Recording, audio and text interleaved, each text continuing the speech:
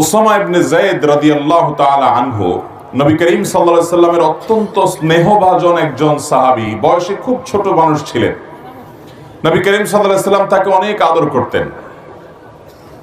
এই উসামা ইবনে যায়েদ রাদিয়াল্লাহু তাআলা আনহু তিনি বলেন, আমি নবী করিম সাল্লাল্লাহু আলাইহি সাল্লামকে জিজ্ঞাসা করলাম, ইয়া রাসূলুল্লাহ, লাম আরাকা তাসুমু শাহরাম মিনাশ শুহুর মা তাসুমু শাবান।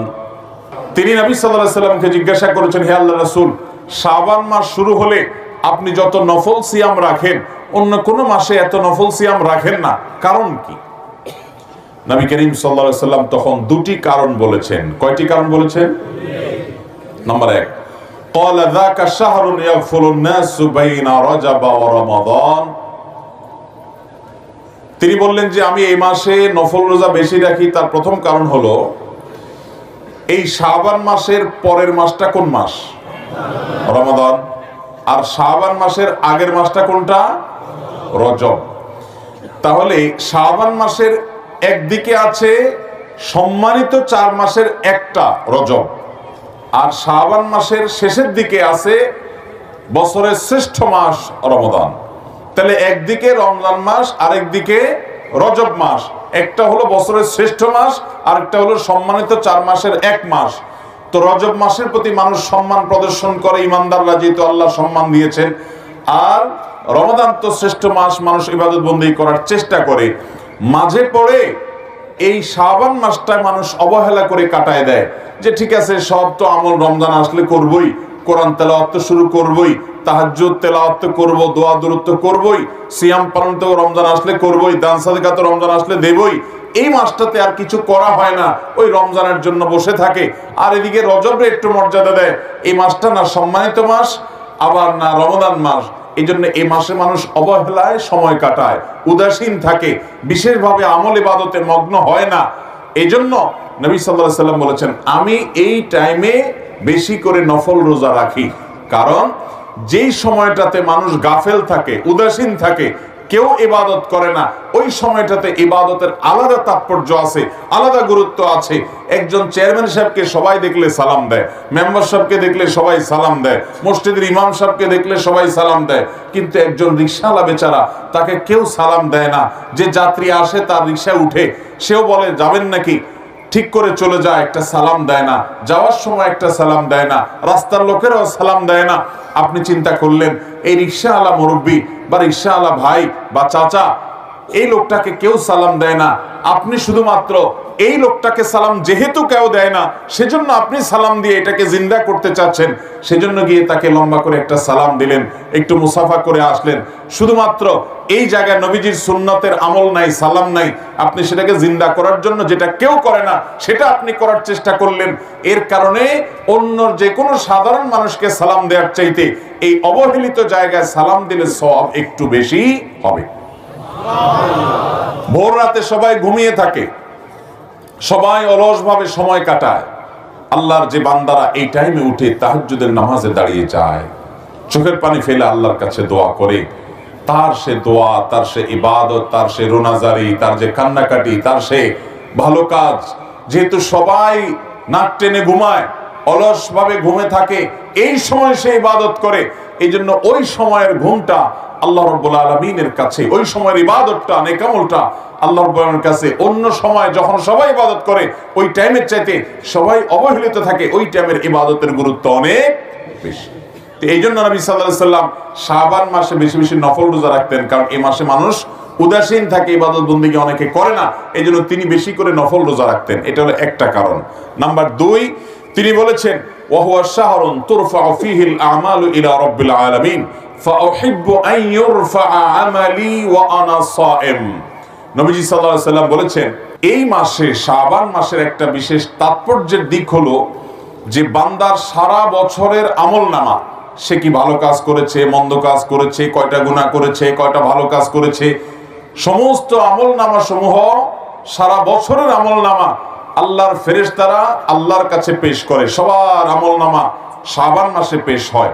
যেহেতু শাবান মাসে আল্লাহর সামনে উপস্থাপন করে ফেরেশতারা, নবী করিম সাল্লাল্লাহু আলাইহি সাল্লাম বলেছেন, আমি চাই আমার আমলনামা যখন আল্লাহর সামনে উপস্থাপন করা হয়, ওই সময়টাতে আমি যেন রোজাদার থাকতে পারি। এই জন্য এই মাসে আমি বেশি রোজা রাখি। যদি আমি রোজা অবস্থায়, সিয়াম অবস্থায় আমার আমল নামাটা আল্লাহর দরবারে পেশ হয়, তো আমার কাছে এটা ভালো লাগবে। একজন কোন কোম্পানিতে চাকরি করেন, কোন কলকারখানায় চাকরি করেন, কোন প্রতিষ্ঠানে কাজ করেন, তিনি কাজ করেন এমনিতে, হঠাৎ করে খুব সিরিয়াস মোডে তিনি কাজ করছেন, খুব ভালো করে কাজ করছেন মনোযোগ দিয়ে, এর মধ্যে তার মালিক এসে পেছন থেকে দেখে ফেলছে। তো আপনি এমনিতে অন্য সময় কাজ করেন, কিন্তু আপনার মালিক যখন এসেছে ইনভেস্টিগেশনে চেক করতে বা ভিজিটিং এ আসছে, ওই টাইমে যদি আপনাকে খুব সিরিয়াস মোডে কাজে দেখে, আপনি যদি জানতে পারেন যে আপনার সিরিয়াস মোডের কাজটা আপনার মালিক দেখেছে, আপনার কাছে একটু ভালো লাগবে না? এই জন্য নবী সাল্লাল্লাহু আলাইহি সাল্লাম বলেছেন, আল্লাহ যখন আমার আমলনামা দেখবেন, অর্থাৎ আল্লাহর সামনে যখন আমার আমলনামা পেশ করা হবে, ওই টাইমটাতে আমি রোজাদার থাকলে সেটা আমার কাছে ভালো লাগে। এই জন্য আমি এই মাসে রোজা রাখি। তাহলে নবী করিম সাল্লাল্লাহু আলাইহি সাল্লাম শাবান মাসে বেশি বেশি কোন আমল করতেন? রোজা রাখতেন। কত বেশি রোজা রাখতেন জানেন? আম্মা জান আয়েশা রাদিয়াল্লাহু আনহা বলেছেন, মা রাআইতু রাসূলুল্লাহ সাল্লাল্লাহু আলাইহি ওয়াসাল্লাম ইসতাকমালা সিয়ামা শাহরিন ইল্লা রমাদান ওয়া মা রাআইতুহু আকসারা সিয়ামা মিনহু ইল্লা ফি শাবান। অর্থাৎ গোটা মাসের শুরু থেকে শেষ পর্যন্ত পুরো মাস জুড়ে রোজা রেখেছেন নবী সাল্লাল্লাহু আলাইহি সাল্লাম। এটা শুধু রমজানেই হতো যে গোটা মাস রোজা রাখছেন, আর একটা মাসের বেশিরভাগ দিন রোজা রাখছেন, পুরো মাস না, বেশিরভাগ দিন রোজা রাখছেন তিনি। সবচেয়ে বেশি রোজা রাখছেন শাবান মাসে। এই মাসে তিনি সবচেয়ে বেশি নফল রোজা রাখতেন। তো এখান থেকে বোঝা যায় নবী সাল্লাল্লাহু আলাইহি সাল্লাম কি পরিমাণ নফল রোজা এই মাসে রাখতেন। অন্য আরেক হাদিসে আসছে, আম্মা জান আয়েশা রাদিয়াল্লাহু আনহা বলেছেন, কানান নবী সাল্লাল্লাহু আলাইহি সাল্লাম ইয়াসুমু শাবানা ইল্লা কালিলা। নবীজি গোটা শাবান জুড়ে নফল সিয়াম রাখতেন, শুধু সামান্য কিছুদিন বাদ দিয়ে গোটা শাবানে নফল রোজা রাখতেন। তাহলে এই মাসে নবী করিম সাল্লাল্লাহু আলাইহি সাল্লাম বেশিরভাগ দিনগুলোতে নফল সিয়াম রাখতেন। সে আমলটা আমরা জানলাম, আলহামদুলিল্লাহ। এখন আমাদের কাজ হলো আমল শুরু করা। শাবানের চাঁদ দেখা যাওয়ার পর থেকে নিয়ে আমরা বেশি বেশি করে গোটা মাস জুড়ে সিয়াম পালন করব। যার যার সাধ্য অনুপাতে। আপনি খুব বেশি একটা রাখার সুযোগ পান না, ডায়াবেটিসের রোগী, আপনার কষ্ট হয়, অন্তত বন্ধের দিনে আপনার যেদিন সুবিধা হয় 2-4টা হলো নফল রোজা রাখেন এই মাসে, নবী সাল্লাল্লাহু আলাইহি সাল্লামের সুন্নতের অনুসরণে। চেষ্টা করব না ইনশাআল্লাহ? এখন কেউ বলতে পারেন, শাবান মাসে আমাদের আমলনামা আল্লাহর সামনে পেশ করা হয়, আমরা জানলাম, কিন্তু আমরা এর আগে তো এও শুনেছি যে নবী করিম সাল্লাল্লাহু আলাইহি সাল্লাম সোম এবং বৃহস্পতিবার নফল রোজা রাখতেন। এবং কেন তিনি ওই দিন রোজা রাখতেন জিজ্ঞাসা করা হয়েছে, তখন জবাবে তিনি বলেছেন, বিশেষ করে সোমবার সম্পর্কে বলেছেন, সহিহ মুসলিমের হাদিসে আসছে যে ওই দিন যাকা ইয়াউমুন ওয়ালিদতু ফীহি, এই দিন আমার জন্ম হয়েছে, সেজন্য আমি রোজা রাখি। তার নবী সাল্লাল্লাহু আলাইহি সাল্লাম তার জন্মের দিনে রোজা রেখেছেন, আর আমরা জন্মের দিনে আরো বেশি করে খাই। নবী করিম সাল্লাল্লাহু আলাইহি সাল্লাম সোম বৃহস্পতিবার সিয়াম পালন করেছেন। কেন করেছেন জিজ্ঞাসা করা হয়েছে। আরেকটি কারণ তিনি বলেছেন যে এই 2 দিনে বান্দার আমলনামা আল্লাহর সামনে উপস্থাপিত হয়। এখন কথা হলো, শাবান মাসে আমলনামা উপস্থাপিত হয়, আবার সোম বৃহস্পতিবার আমলনামা উপস্থাপিত হয়। আমলনামা কয়বার উপস্থাপিত হয়? এর উত্তর হলো, আমাদের আমলনামা, আমাদের সমস্ত ভালো কাজ, ভাইরা আমার, এমন একটা ভালো কাজ কিংবা এমন কোন মন্দ কাজ নাই যেটা আল্লাহ রাব্বুল আলামিন ফেরেশতারা লিপিবদ্ধ করেন না, যেটা রেকর্ড হয় না, যেটার হয় পুরস্কার নয় তিরস্কারের মুখোমুখি আমাদেরকে হতে হবে না। এমন একটা মুহূর্ত নাই, আল্লাহর সামনে দাঁড়াতে হবে, সবগুলো হিসাব করা হচ্ছে এবং আল্লাহ তাআলা সবগুলো আমাদের সামনে প্রকাশ করবেন কিয়ামতে। তো প্রতিটা মানুষের তার আমলনামা সমূহকে আল্লাহর সামনে 3টা ধাপে পেশ করা হয়, উপস্থাপন করা হয়। এখানে আশেপাশে কলকারখানা অনেক বেশি, আপনারা বিভিন্ন প্রতিষ্ঠানে চাকরি করেন, অনেকে আছেন, আপনাদের জন্য বুঝতে সুবিধা হবে। আপনারা আপনাদের মালিকের কাছে অথবা উপরস্থ অফিসারের কাছে, দায়িত্বশীল বসের কাছে আপনারা অনেক সময় ডেইলি রিপোর্ট দেন, অনেক সময় সাপ্তাহিক রিপোর্ট দেন, অনেক সময় মাসিক রিপোর্ট দেন, অনেক সময় বাৎসরিক রিপোর্ট দেন। এরকম সিস্টেম আছে না নাই? ঠিক একইভাবে প্রতিদিনের রিপোর্ট আল্লাহর ফেরেশতারা, দিনে যারা দায়িত্বশীল থাকেন, প্রত্যেকটা মানুষের জন্য ফেরেশতা নিয়োজিত আছে, আপনার জন্য, আমার জন্য, ওনার জন্য, সবার জন্য আছে। এই ফেরেশতারা সকালে এসে সারাদিন আমাদের আমলনামা সব লিপিবদ্ধ করে, এগুলো নিয়ে সন্ধ্যার সময় আল্লাহর কাছে জমা দেয়। আবার সারা রাত কি করি আমরা, ওইটার জন্য আলাদা ফেরেশতা এসে সকালে গিয়ে জমা দেন। এটা হলো ডেইলি রিপোর্ট। আর সোমবার বৃহস্পতিবার রিপোর্ট দেন, এটা হলো সাপ্তাহিক রিপোর্ট। আর আমাদের সারা বছরের আমলনামা জমা দেওয়া হয় শাবান মাসে, এটা হলো আমাদের বাৎসরিক রিপোর্ট। তাহলে রিপোর্ট মোট কয়বার জমা দেওয়া হয়? একবার হলো দৈনিক, আরেকটা হলো সাপ্তাহিক, আরেকটা হলো বাৎসরিক। আল্লাহর কাছে আমাদের আমলনামার হিসাব দেওয়া হয়। ভাইরা আমার, আমরা কয়জন মানুষ খবর রাখি যে আমি আজকে সারাদিনে যা করেছি সন্ধ্যার আগে আগে জায়গা মতো সব জমা হয়ে গেছে। যদি ভালো কিছু করে থাকি তার পুরস্কার যেমন দাঁড়িয়ে গেছে, মন্দ কিছু যদি করে থাকি তার তিরস্কারের ব্যবস্থাও হয়ে গেছে। কিন্তু আনন্দের কথা হলো, যদি আমাদের ভিতর সে আল্লাহর কাছে জবাবদিহিতার বোধ থাকে, তাহলে তো কিয়ামত আসার আগে আগে, মৃত্যু হওয়ার আগে আগে আমরা কোনো গুনাহ করে থাকলে চোখের পানি ফেলে তওবা করে ইস্তেগফার করে মাপ চেয়ে নতুন করে সংকল্প করে নতুন পথ চলা শুরু করব। তাহলে ফেরেশতারা আমার বদামল যদি আল্লাহর কাছে জমা দিয়েও থাকেন, আল্লাহ তাআলা সেটা ডিলিট করে আমার প্রোফাইলকে ক্লিন করে দিবেন ইনশাআল্লাহ। তাহলে গুনাহ করার পর তওবা করতে দেরি করব না। আল্লাহ আমাদের সবাইকে যে কোনো গুনাহ করার পর প্রতিদিনেরটা প্রতিদিন আমাদের আল্লাহর সাথে হিসাব নিকাশকে চুকিয়ে আল্লাহর কাছ থেকে নিষ্পত্তি করিয়ে নিয়ে তওবা ইস্তেগফার করে প্রতিটা নতুন দিনে নতুন করে সংকল্প করার তৌফিক দান করুন। মোহতারাম হাজরিন, তাহলে আমরা জানলাম আমাদের নবী সাল্লাল্লাহু আলাইহি সাল্লাম শাবান মাসে বেশি বেশি নফল রোজা রাখতেন। এর প্রথম কারণ হলো এই মাসটাতে মানুষ গাফেল থাকে, দুইটা গুরুত্বপূর্ণ মাসের মাঝে এটা মানুষের অনেকে অবহেলার কারণ। আর দ্বিতীয়ত হলো এই মাসে আমলনামা বাৎসরিক পেশ হয়। তো নবীজি চাইতেন যে আমলনামা পেশের সময় তিনি যেন রোজাদার থাকেন, আল্লাহ যেন তাকে রোজাদার অবস্থা দেখেন, তাহলে আল্লাহ তাআলা রহম করবেন, অনুগ্রহ করবেন তার আমলনামা পর্যালোচনা করার, বিচার করার এক্ষেত্রে। এই জন্য এখন কথা হলো, কোন কোন হাদিস থেকে আমরা জানি নবী করিম সাল্লাল্লাহু আলাইহি সাল্লাম বলেছেন, আফজালুস সিয়ামি বা'দা রমাদান শাহরুল্লাহিল মুহাররম। রমাদানের পরে সবচেয়ে উত্তম নফল রোজার মাস হলো মুহররম মাস। তাহলে এই হাদিস থেকে বোঝা গেল নফল রোজার জন্য শ্রেষ্ঠ মাস হলো মুহররম। অথচ নবীজি সাল্লাল্লাহু আলাইহি সাল্লাম বেশি নফল রোজা রাখতেন দেখা গেছে শাবানে। তাহলে আমরা কোনটা করব? এর উত্তর হলো যে মুহররম মাস মূলত নফল রোজার জন্য সবচেয়ে শ্রেষ্ঠ মাস, এটাই অধিকতর বিশুদ্ধতর মত। তবে ওই মাসের পরে শাবানটাও নফল রোজার জন্য আদর্শ মাস। অতএব শাবানে এবং মুহররমে এই দোনো মাসে বেশি বেশি নফল রোজা রাখার চেষ্টা করতে হবে। আল্লাহ আমাদের সবাইকে তৌফিক দান করুন। তাহলে শাবান উপলক্ষে একটা কর্মসূচি আমরা পেয়ে গেলাম, সেটা হলো বেশি বেশি নফল রোজা। এখন কথা হলো শাবানে এত বেশি নফল রোজা নবীজি কেন রাখতেন? দুইটা কারণ তো আমরা জানলাম। তো এইটা অবহেলার মাস, সেজন্য রোজাটাই কেন নবী সাল্লাল্লাহু আলাইহি সাল্লাম রাখতেন? অন্য কোনো নফল আমল তো করতে পারতেন। এর হিকমত আল্লাহ তাআলা ভালো জানেন। তবে অনেক বিশেষজ্ঞ এবং অনেক বিশ্লেষক, ওলামায়ে কেরাম, ইসলামিক স্কলারগণ এক দুইটা বিশেষ কারণ, রহস্য, হিকমত উল্লেখ করেছেন। সেটা হলো রমাদান মাসে আমাদেরকে 30 দিন রোজা রাখতে হবে। আল্লাহ তাআলা ফরজ করেছেন প্রাপ্তবয়স্ক সকল ঈমানদার নারী পুরুষ সুস্থ মানুষদের জন্য।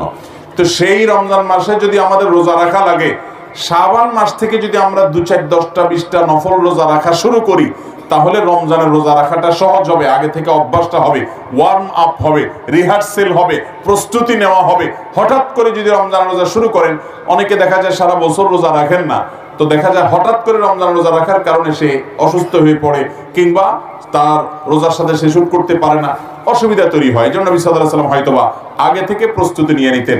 5 ওয়াক্ত নামাজের আগে, অনেক নামাজের আগে সুন্নত নামাজ আছে না নাই? যোহরের আগে সুন্নত নামাজ আছে না নাই? ফজরের আগে সুন্নত আছে না নাই? আবার কোন কোন নামাজের পরেও কি আছে? সুন্নত।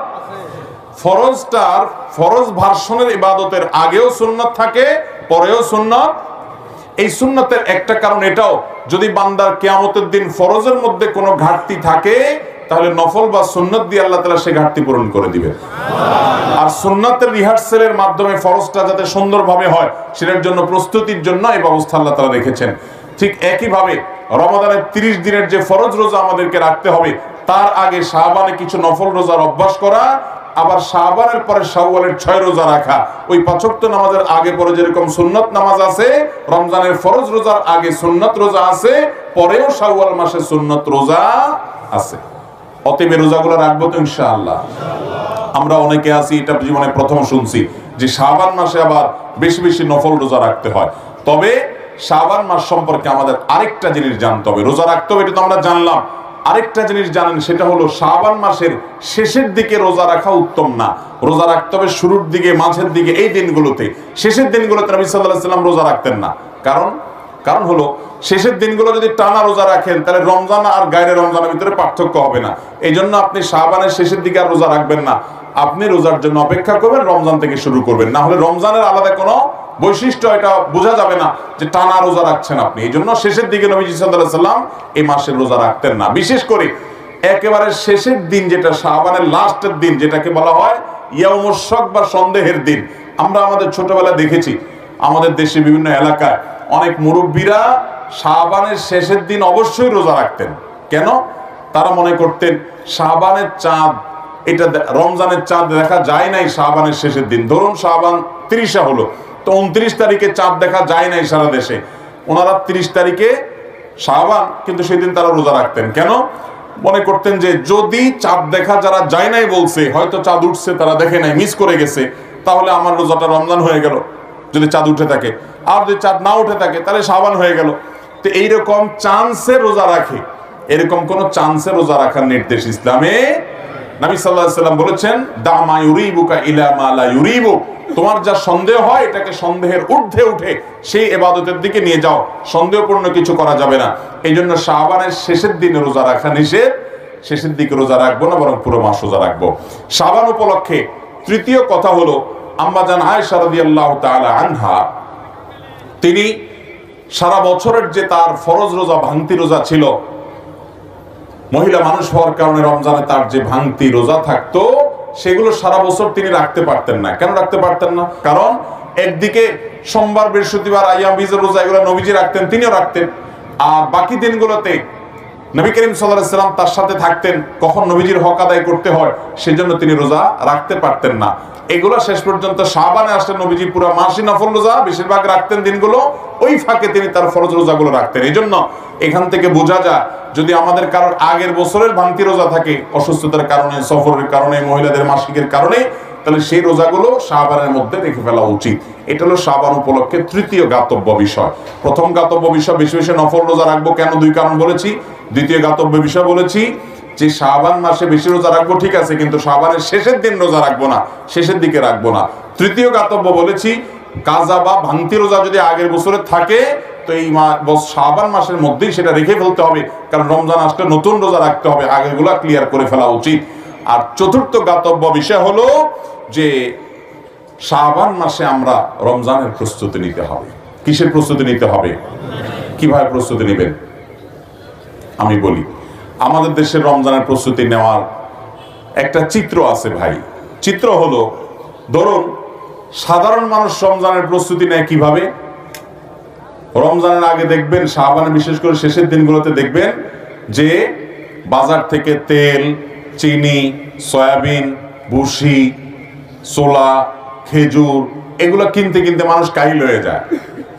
কারণ রমজান আসতেছে। কারণ কি? রমজান আসছে, তার প্রস্তুতি হিসাবে ছোলা, চিনি, বেগুন, বেসম আর তেল, খেজুর এগুলা কিনতে কিনতে আমরা কাহিল। আমাদের কেনার স্টাইল দেখে মনে হয় যে একটা খানার মাস আসতেছে। এই পরিমাণ ক্রাইসিস প্রতি বছর রমজান উপলক্ষে হয় যে বাজার সামলাইতে গিয়ে সংশ্লিষ্ট যারা আছে বেচারাদের গলদঘর্ম হয়ে যেতে হয়, অবস্থা কাহিল হয়ে যায়। কারণ এই পরিমাণ খায় পাবলিক যে খানার ডিমান্ড এই পরিমাণ হয় যে বাজারে সাপ্লাই দিয়ে পারে না। এই চান্সে আপনার দাম বাড়ায় দেয় অসাধু ব্যবসায়ীরা। অথচ রোজার মাসে আল্লাহ তাআলা দিনের বেলায় পুরোটাই খানা বন্ধ করে দিয়েছেন। অন্য সমস্যাতে এই সময় খানা আরো কম হওয়ার কথা, কিন্তু আমরা এসা খানা খাই। আবার এই বেশি খানা খাওয়ার জন্য একটা জাল হাদিস বানায় নিয়েছে। সেটা কি? রমজানে খানার কোনো হিসাব নাই। শুনছেন নি আপনারা এই হাদিস? রমজানে খানার নাকি হিসাব নাই। আরে ভাই, রমজানে খানার হিসাব আরো বেশি দেওয়া লাগবে, কারণ ইবাদতের মাস। তুমি বিনা হিসাবে খাইলা, রমজান মাসে দুপুরবেলা খাইলা, যে খানার হিসাব নাই, মুগুর একটাও নিচে পড়বে? ভাইরা আমার, রমজানের প্রস্তুতি দুঃখজনক। আমরা আম জনতার প্রস্তুতি হলো বাজার করে আমরা রমজানের প্রস্তুতি নেই।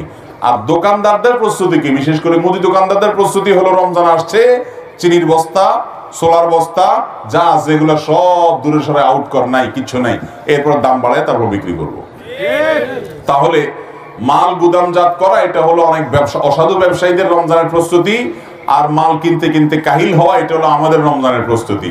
আর মিডিয়াগুলো, টেলিভিশন চ্যানেলগুলো, বিভিন্ন যারা এই টাইপের এই জগতে আছে তাদের প্রস্তুতি হলো তারা ঈদের সিনেমা, ঈদের নাটক কোনটা বাইর করবে না করবে, এগুলো তাদের রমজানের প্রস্তুতি। আর রাজনৈতিক দল যারা করেন, সব রাজনৈতিক দলগুলা তাদের প্রস্তুতি হলো রমজান মাস আসছে, রাজনীতি তো এই মাসে খুব একটা করে জুত করে পাওয়া যাবে না, সমাবেশ মিছিল কিছু জমবে না, তো ইফতার পার্টির নামে রাজনীতি করার জন্য ছক আঁকা শুরু করে। কোন দিন কাদের ইফতার পার্টি, কোনটা এতিমদের সাথে, কোন দিন গরিবদের সাথে, কোন দিন তমুকদের সাথে, কোন দিন অমুকদের সাথে, এই কাহিনী তালবাহানা করে টুপি টাপা মাথায় দিয়ে রমজানে কোন দিন ইফতার পার্টির নামে রাজনীতি করবে, সেই ধান্দা তাদের হলো রমজানের প্রস্তুতি। এগুলো একটাও কি রমজানের সঠিক প্রস্তুতি? রমজানের প্রস্তুতি হবে যে আমি রমজানে যাতে ইবাদত বন্দেগী করতে পারি, সেজন্য আগে ভাগে সমস্ত ঝামেলা শেষ করে ফেলবো। ঈদের জন্য শেষ দশক আমি ইবাদত করতে পারি না ঈদের কেনাকাটার জন্য, এই জন্য সব ঝামেলা আগে সেরে ফেলবো এবং রমজানে আমি এই টাইমে ইবাদত করব, ওই টাইমে কোরআন তেলাওয়াত করব। অনেক ভাইরা আছেন কষ্টের পরিশ্রম করেন, কষ্টের কাজ করেন, পরিশ্রমের কাজ করেন। রমজানে আমি পরিশ্রমের কাজ করতে গেলে রোজা রাখতে পারি না, তাহলে এই মাসে একটু বেশি পরিশ্রম করে টাকা কামাই করে নিব, যাতে রমজান মাসটা কাজ না করেও চলা যায়, আমি যাতে রোজা রাখতে পারি। এগুলো হলো রমজানের প্রস্তুতি। আল্লাহ তাআলা আমাদের সবাইকে রমজানের সঠিক প্রস্তুতি গ্রহণ করার তৌফিক দান করুন। তাহলে শাবান উপলক্ষে চতুর্থ গাতব্য বিষয় হলো আমাদেরকে রমজানের জন্য সঠিক প্রস্তুতি নিতে হবে। ভাইরা আমার, আমরা অনেকেই গত রমাদানে অনেক মানুষকে দেখেছি, তারা মাটির উপরে ছিলেন, আমাদের সাথে চলাফেরা করেছেন, এই রমাদানে তারা মাটির নিচে চলে গেছেন। আছে না নাই? আমার আব্বা জান রহমতুল্লাহ আলাইহি গত রমাদানে ক্যান্সারে আক্রান্ত ছিলেন। রমজানের শেষ দশক তিনি ইতিকাফে বসেছেন। আমার বুঝ জ্ঞান হয়েছে থেকে নিয়ে ছোটবেলা থেকে আমার মনে পড়ে না যে রমজানের শেষ 10 দিন আমার বাবাকে আমি কোনোদিন ঘুমাইতে দেখছি, কোনোদিন মনে পড়ে না। সারা জীবন আল্লাহর বান্দা চায়ের একটা ফ্লাস্ক সাথে নিয়ে ইবাদত বন্দেগী, জিকির, আজকার, আর যে মসজিদে কেউ ইতিকাফে বসে না ওই মসজিদে লোকজন নিয়ে ইতিকাফে বসা।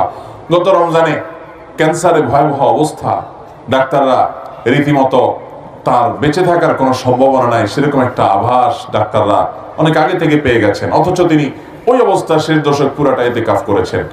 আর এই রমজান এখনো আর বেশি দিন বাকি নেই, আমার আব্বাজান রহমতুল্লাহ আলাইহি তিনি কবরবাসী হয়ে গেছেন। এই রমজান আর তিনি পাবেন না। তো আমরা অনেকে এখানে আছি যারা হয়তো এই রমজানটা আল্লাহ চাহেন তো হয়তো আমরা পাবো, কিন্তু এরপরে আরেকটা রমজান হয়তো আমরা পাবো না।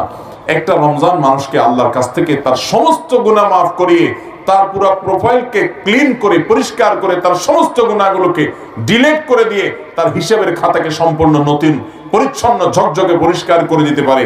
রমজান মাসের তওবা, ইস্তেগফার, রোনাজারি, চোখের পানি, দোয়া, ইবাদত, বন্দেগী, কোরআন তেলাওয়াত, তারাবি, তাহাজ্জুদ, চোখের পানি, তওবা এবং আল্লাহর দিকে ঝুঁকে পড়া। অতএব রমজানকে সেভাবে কাটাবো তো ইনশাআল্লাহ। সেভাবে কাটাইতে হলে এখন থেকে নিয়ত করতে হবে। আমার রমজান ইবাদতের ক্ষেত্রে বাধা কি? ঈদের কেনাকাটা, তাহলে আগে ভাগে এটাকে ক্রস দিয়ে ফেলতে হবে। আমার রমজান ইবাদতের ক্ষেত্রে বাধা কি? আমার মোবাইল, ফেসবুক, ইউটিউব, তো আগে থেকে এটাকে আনইনস্টল করে ফেলতে হবে। আমি সৌদি আরবে থাকাকালীন সময় আমি দেখেছি বহু আল্লাহর নেককার বান্দা, অনেক যুবককে আমি দেখেছি, অনেক ইয়াংকে আমি দেখেছি রমাদান এর আগে মোবাইল থেকে ফেসবুক, হোয়াটসঅ্যাপ সহ সকল অ্যাপ যেগুলো তাকে এঙ্গেজ করে রাখে, যেগুলোর নেশা থেকে সে বের হতে পারে না, আল্লাহকে খুশি করবার জন্য, রমাদানে কোরআন খতম দেওয়ার জন্য, রমাদানে আমল করার জন্য, রমাদানে ঘন্টাকে ঘন্টা হাত তুলে চোখের পানি ফেলে দোয়া করবার জন্য, সেজদায় দোয়া করবার জন্য তাদের মোবাইল থেকে সমস্ত অ্যাপগুলো ডিলিট করে এগুলো থেকে সে পরিচ্ছন্ন হয়ে যায়। বন্ধু বান্ধবদেরকে বলে দেয় যে রমজান মাসে কোনো যোগাযোগ নাই, এই মাস আল্লাহর সাথে আমি কথা বলবো। আল্লাহ তাআলা আমাদেরকে সেভাবে রমজান কাটাবার তৌফিক দান করুন। নিয়ত করবো তো ইনশাআল্লাহ। এখন থেকে প্ল্যান করতে হবে, হুট করে করলে তখন হবে না। এখন থেকে পরিকল্পনা করতে হবে, আমাকে প্রতিদিন এক পারা পড়লে আমি কোরআন খতম দিয়ে দিতে পারবো, তাহলে কোন সময় পড়বো আমি সেটা বের করতে হবে। এবং কোন কোন জিনিস আমার বাধা, আমার ফেসবুক, আমার ইউটিউব, আমার বন্ধু, আমার বান্ধব, আমার ঈদের কেনাকাটা, আমার আড্ডা, আমার কোনো মজলিস, কোনো কিছু যদি আমার ইবাদতে বাধা হয়, শাবান মাসেই সেটাকে আল্লাহর জন্য কোরবানি করে দিয়ে ওই সমস্ত বদভ্যাসকে ত্যাগ করে তারপরে রমজানের জন্য প্রস্তুতি নিতে হবে। এই শাবান হলো রমজানের প্রস্তুতি নেওয়ার মাস। আল্লাহ আমাদের সবাইকে তৌফিক দান করুন। তাহলে ভাইরা, শাবান উপলক্ষে 4টি গাতব্য বিষয় বলেছি, এর প্রতিটি আমরা খেয়াল করবো এবং আমল করবো। আল্লাহ তাআলা আমাকে, আপনাকে, আমাদের সবাইকে আমলের